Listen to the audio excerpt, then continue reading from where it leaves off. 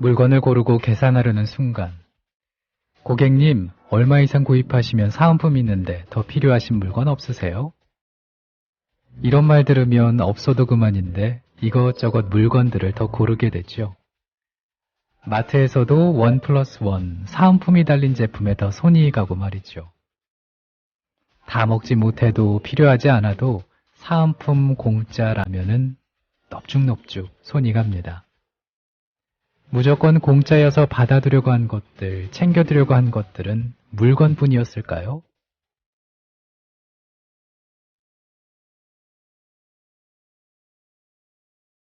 10월 2일 수요일에 일어나 시작합니다. 안녕하세요. 아나운서 정승조예요.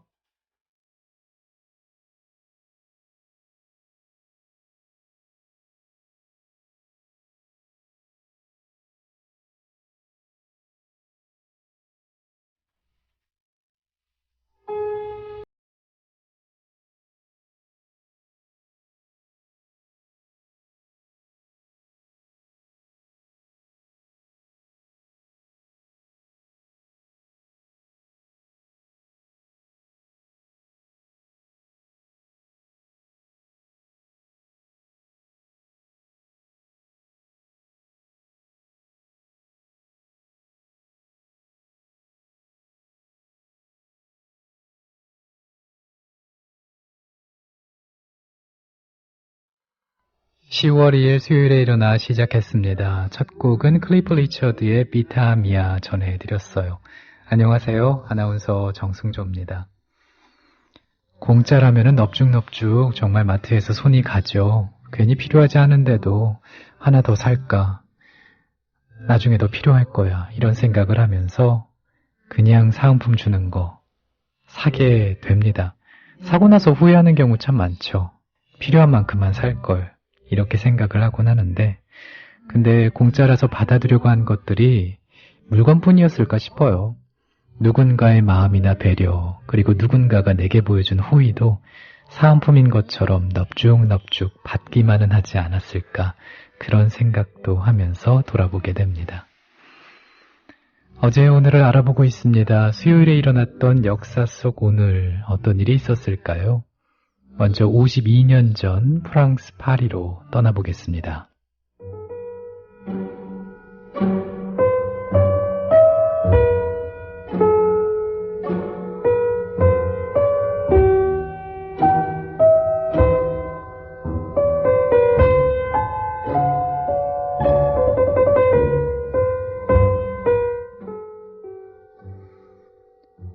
(1961년) 가을, 프랑스 파리는 팽팽한 긴장감이 감돌았습니다.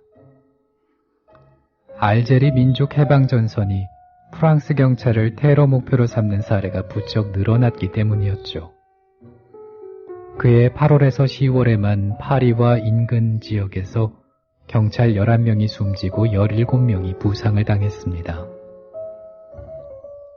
알제리 민족해방정선이 경찰서를 폭탄 테러할 것이라는 흉흉한 소문이 퍼져나가는 만큼 알제리 이민자들에 대한 경찰의 분노와 복수심도 커져갔습니다. 프랑스 식민지인 알제리에서 1954년 독립전쟁이 시작된 이래 프랑스의 알제리 이민자들을 향한 차별과 혐오는 더해만 갔습니다. 10월 2일, 테러로 숨진 한 경찰의 장례식이 열렸는데요. 모리스 파퐁 당시 경찰청장은 장례식에 참석한 경찰들에게 선언합니다. 10배로 갚아야 한다. 적들을 부숴라. 내가 책임을 지겠다. 10월 5일 파리 경찰은 알제리인을 대상으로 파리와 인근 지역에서 오후 8시 반에서 다음날 오전 5시 반까지 통금을 실시한다고 발표합니다. 알제리 민족 해방전선 주도로 통금령 저지를 위한 대규모 거리 시위가 벌어졌죠. 알제리 이민자 3만여 명이 파리 거리로 쏟아져 나왔습니다. 7천여 명이 넘는 경찰이 지하철역과 기차역 등지에서 검거에 나섰지만 역부족이었습니다. 평화로운 시위였지만 총기로 무장한 파리 경찰과 특공대는 시위대를 무자비하게 진압을 했습니다. 경찰의 총탄과 주먹이 그들의 목숨을 앗아갔죠. 프랑스 경찰은 무력 충돌이 우연히 일어났고 진압 과정에서 단 3명의 알제리인만 숨졌다고 발표합니다. 아직도 사망자 수는 정확하게 밝혀지지 않고 있습니다. 이 사건은 프랑스 정부의 철저한 검열과 언론의 은폐로 오랫동안 묻혀 있었습니다.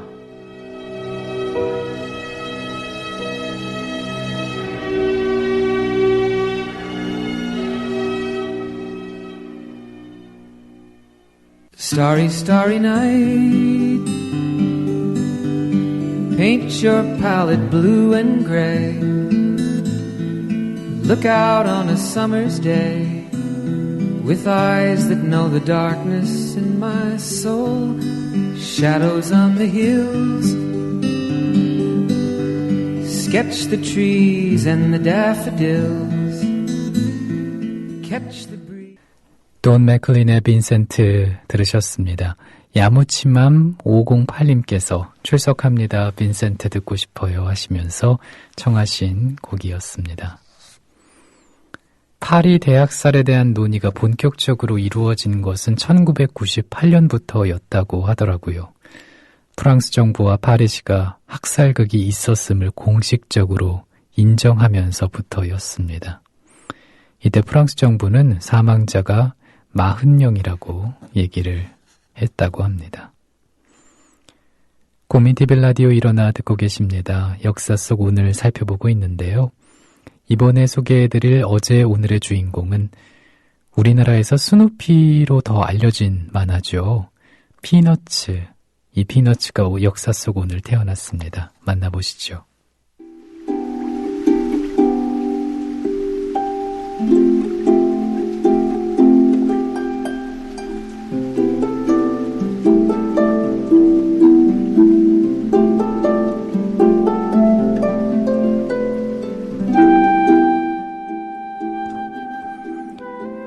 1950년 10월 2일 피너츠가 미국 내 7개 일간지에 첫 선을 보였습니다.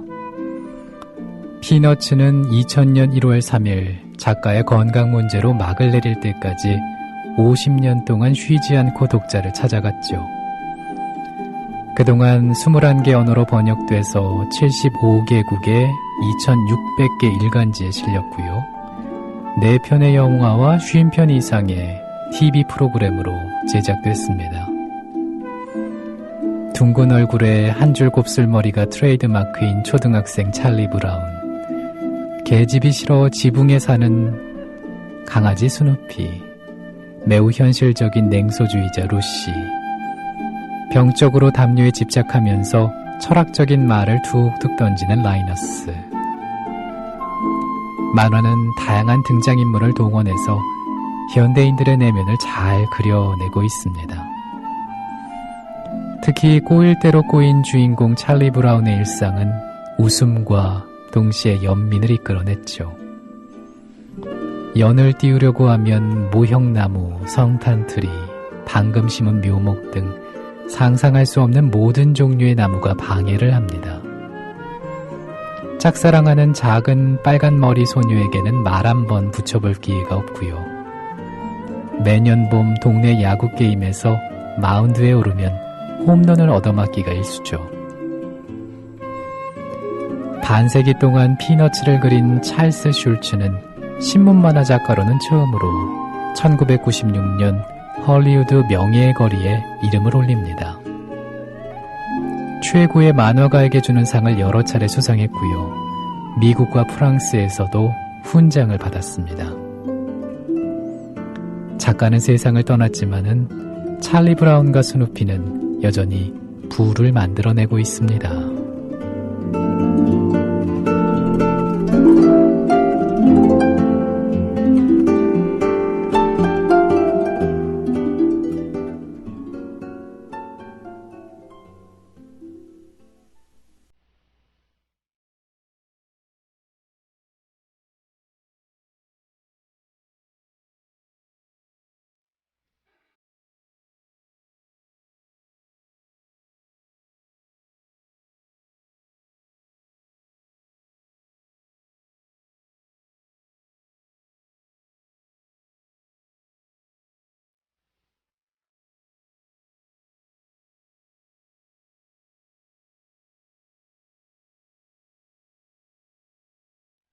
영화 Before Midnight OST 가운데서 해리스 알렉슈의 이아 에나 탱고 전해드렸습니다.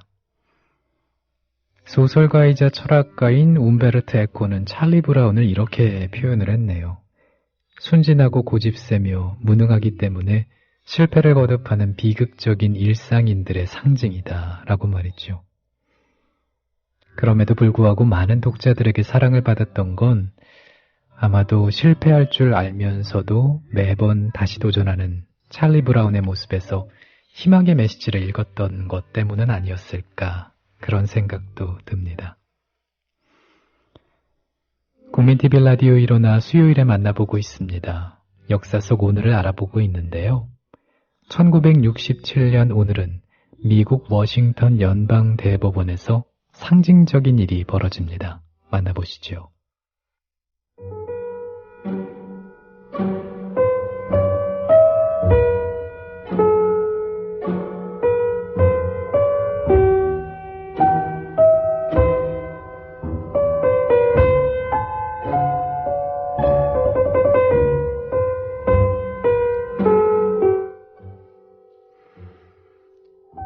1967년 10월 2일 미국 워싱턴의 연방대법원. 말쑥한 차림의 한 흑인이 성경책 위에 조용히 손을 올렸습니다. 흑인의 아내와 두 아들은 숨을 죽였죠. 대법관들도 그의 입을 주시했습니다. 사람을 차별하지 않고 법을 집행할 것이며 부자든 가난한 사람이든 공평하게 대하겠습니다. 이날 선서로 더굿 마셜은 미국 최초의 흑인 대법관이 됩니다. 흑인 노예의 후손이 최고법원의 판사가 됐다는 뉴스는 신문 헤드라인을 장식했죠. 당시 뉴욕타임즈 일면의 기사에는 이렇게 쓰였습니다.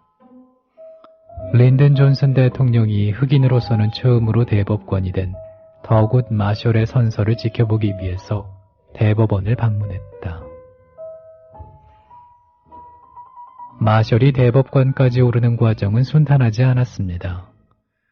철옹성 같은 백인 우월 주위의 사법부에서 흑인인 마셜은 곳곳에서 좌절을 맛봐야 했죠. 시련은 로스쿨 입학 때부터 찾아왔습니다.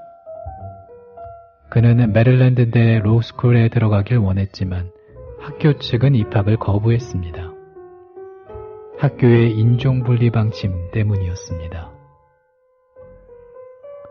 하지만 이 사건은 인권 변호사 마셜의 탄생에 결정적인 역할을 합니다.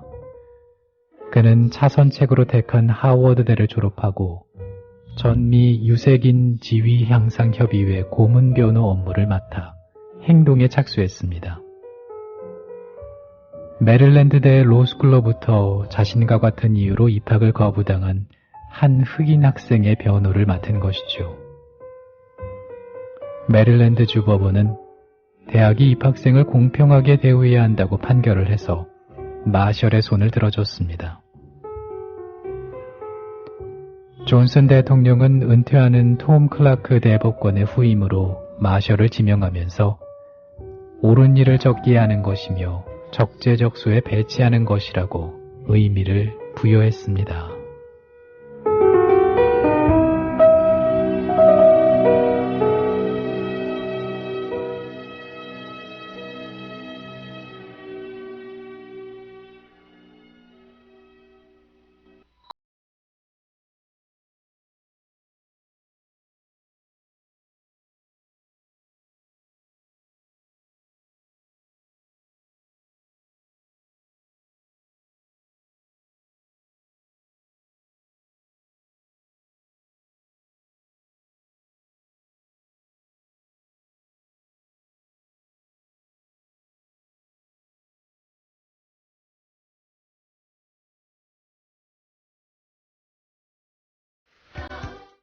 노래 두 곡 전해드렸습니다. 예민의 아예 여우 그리고 크리스트버그였어요. Here is your paradise. 마셜은 24년간 대법관으로 있으면서 인권 보호를 위해 노력을 했죠. 특히 범죄자에게도 인권이 있음을 환기시켰고 사형제도도 일관되게 반대를 했습니다. 미국 변호사협회는 인권 증진에 앞장선 마셜 업적을 기리기 위해서 1992년에 더굿 마셜상을 만들기도 했습니다. 수요일 아침 일어나 함께하고 계십니다. 역사 속의 오늘을 알아보는 시간인데요. 월요일부터 금요일까지 새벽 5시면은 저와 함께 하실 수 있어요. 다시 듣기는 팟캐스트 팟빵 홈페이지 이용하시면 들으실 수 있습니다. 요즘 세상이 소음의 바다다 이런 말들 많이 하죠. 어디를 가나 소리가 계속 들리잖아요. 그 소리라는 게 듣기 좋은 것보다는 귀를 자극하는 소리가 더 많고요. 예전에 시골에 갔었을 때 귀뚜라미 소리, 바람 소리, 정말 이런 자연의 소리밖에 들리지 않는 고요함이 굉장히 낯설게 느껴졌습니다. 그제서야 내가 얼마나 많은 소음 속에서 살고 있는가 그런 생각을 하게 되더라고요. 귀를 잘 보호하는 게 그 어느 때보다 중요한 요즘이 아닐까 싶어요. 큰 소리보다도 작은 소리에 익숙해지는 게 귀 건강에 도움된다고 하니까 기억하시면 좋겠네요. 일어나와 함께하는 이 시간 편안하고 좋은 음악 들으면서 귀를 잠시 쉬게 해주는 것도 괜찮은 방법이겠죠? 어떤 노래들이 좋을까요? 정희연님께서 오늘 하루도 일어나와 함께 잔잔한 아침을 맞네요. 신청곡이 있습니다 하시면서 청하신 노래 같이 들어보죠.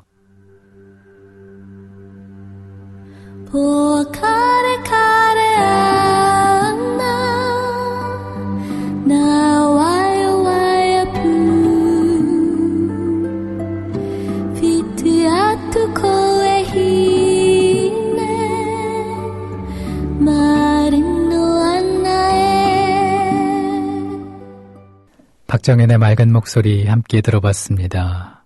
포카레카레 하나 전해드렸어요. 주먹이 운다 OST 가운데서 함께 들어봤습니다. 고민TV 라디오 일어나 수요일에 함께하고 있습니다. 사연과 신청곡 기다리고 있거든요. 방송 들으시면서 듣고 싶은 노래 있으시면 앞서 청해주신 정혜원님처럼 신청해주시면 선곡에 또 반영을 하겠습니다. 그리고 사연도 이 방송에서 함께 나눠보죠. 팟빵 게시판 열어놓고 있으니까요. 그곳에 담아주시면 되고요. 또 국민TV 라디오 홈페이지 일어나 프로그램 게시판에 들어오셔서 그쪽에도 살포시 사연 그리고 신청곡 남겨주시면 됩니다. 이번에 만나볼 역사 속 오늘의 주인공은 헐리우드의 연인이죠. 록 허드슨. 그를 한번 만나보죠.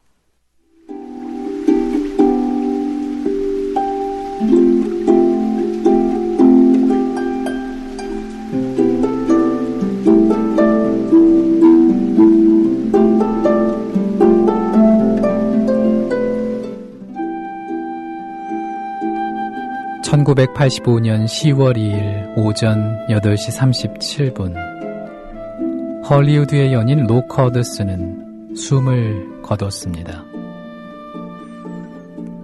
뛰어난 스포츠맨이자 성실한 배우였고 친절한 남성으로 인정받던 59세의 영화배우를 세상 밖으로 데리고 간 것은 후천성 면역결핍증, 에이즈였습니다.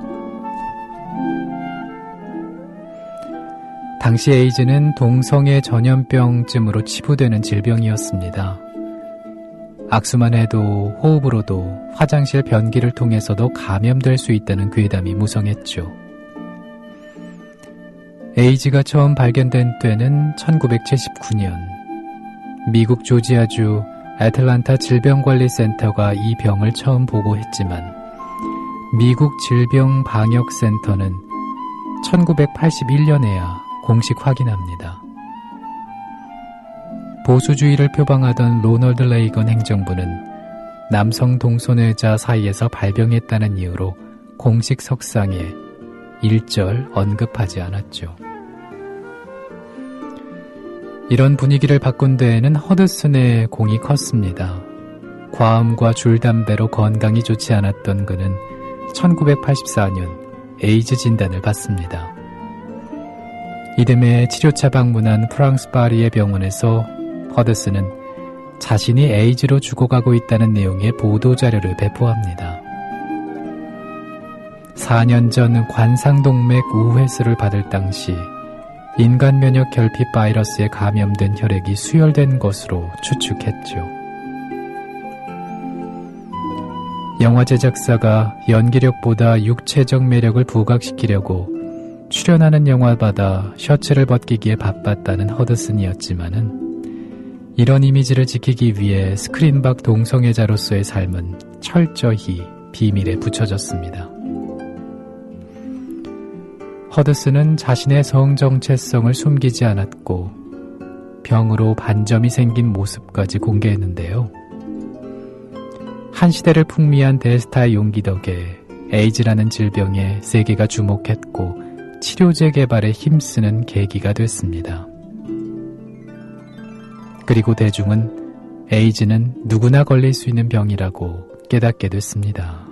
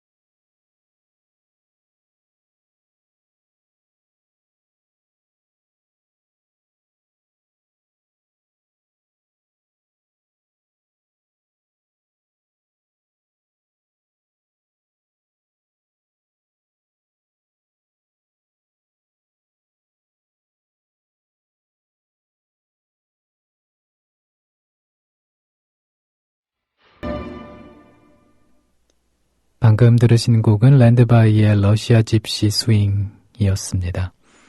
국민TV 라디오 일어나 수요일에 함께하고 있습니다. 허드슨과 막역한 사이였던 엘리자베스 테일러가 에이즈 구호기금 마련에 나서기도 했었죠. 또 의회가 에이즈 연구를 위해서 긴급 지출을 결의하면서 미국 내에서 에이즈 퇴치에 대한 사회적 관심도 높아졌고요. 친구인 허드슨의 죽음으로 에이즈에 대한 레이건 대통령의 견해가 바뀌었다, 이런 얘기도 들립니다. 역사 속 오늘을 살펴보고 있는 시간입니다. 국민TV 라디오 일어나, 이번에는 O.J. 심슨에 대한 얘기 전해드리죠.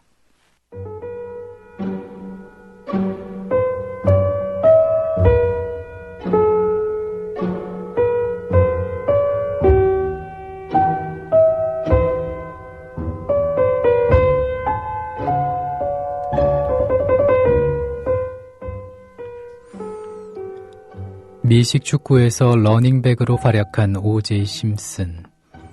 그는 1973년 미국 프로풋볼에서 사상 최초로 2000야드 이상을 뛴 선수입니다. 명예의 전당에 이름을 올렸고 미국 역대 최고의 러닝백이라는 평가도 받았습니다. 그의 삶은 탄탄대로였습니다. 영화 총알탄 사나이에서 조연으로 출연하면서 대중의 인기를 끌었고요. 백인 여배우 니콜 브라운과 결혼하면서 더 유명해졌죠. O.J. 심슨의 삶은 화려했고 완벽해 보였습니다. 하지만 1994년 6월 17일 심슨은 전처 니콜 브라운 심슨과 그의 남자친구였던 론 골드먼의 살해 용의자로 경찰에 체포됩니다. 그해 6월 13일 두 사람은 로스앤젤레스의 고급 주택에서 흉기에 난자가 된 채 살해됐죠. 경찰은 심슨 집에서 니콜의 피가 묻은 장갑을 발견해 심슨을 유령 요기자로 지목했고요. 피살 현장에서 채취된 DNA가 심슨의 것과 일치한다는 분석 결과도 나왔습니다. 당시 고속도로를 질주하던 심슨의 차를 경찰이 쫓아가는 실황이 뉴스 카메라에 잡혀 생중계되면서 이슈로 떠올랐고 심슨은 경찰과 대치한 끝에 결국 체포됐습니다. 심슨 사건은 형사사건으로는 무죄, 민사사건으로는 사실상 유죄 판결을 받는 기이한 결과를 낳았습니다. 심슨은 미국 내 유력 변호사로 드림팀을 구성해 재판에 대비했는데요. 배심원 12명 가운데 흑인이 9명, 백인이 3명이었는데 변호인단은 심슨을 인종주의의 희생양으로 부각시키려는 전략을 세웠습니다. 심슨을 체포한 백인 경찰이 인종차별적으로 살인죄를 조작했다는 주장이었죠. 1995년 10월 2일 역사 속 오늘 심슨은 배심원단 전원일치 합의로 무죄 선고를 받고 풀려납니다. 미국 내에서도 유전무죄, 무전유죄라는 비판 여론이 일었죠. 그러자 니콜의 부모는 심슨이 자기 딸을 죽인 범인이라고 주장을 하며 소송을 냈습니다. 배심원단은 3,350만 달러라는 유례없는 액수의 배상 판결을 내렸는데요. 사실상 심슨의 살인죄를 인정한 결과였습니다.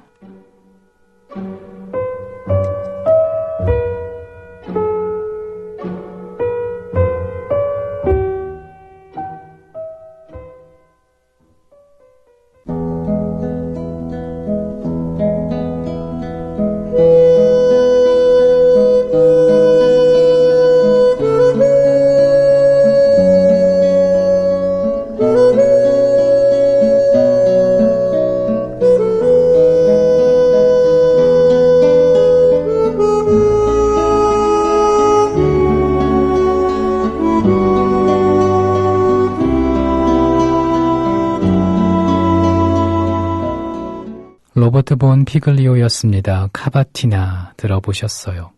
나대로님께서 출첵합니다 하시면서 글 남겨주셨고요. 은하계님께서 드디어 천고마비의 10월입니다.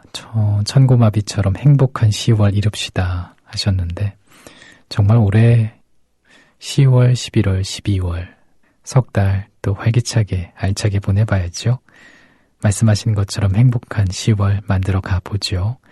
마이클님께서는 새벽부터 고생하시네요. 감미로운 음성에 새벽 잠에서 깨어납니다. 새벽이어서 좀 이 시간에 맞게 방송을 하다 보니까 차분하게 얘기를 하는데 한편으로는 그런 생각도 들어요. 목소리를 조금 더 힘차게 내야 하지 않을까. 나는 사바다님께서 10월의 첫날 이렇게 또 어제 사연을 보내주셨습니다. 10월의 첫날 잘 시작하셨죠? 사바다님 10월 마무리까지 활기차게 파이팅 해보시기 바랍니다.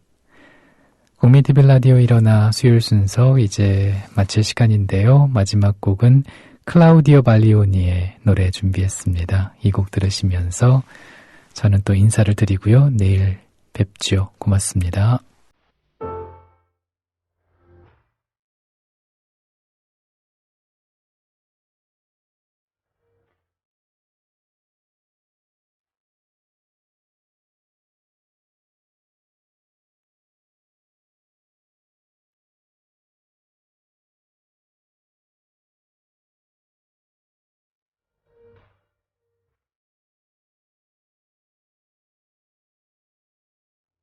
Solo poca gente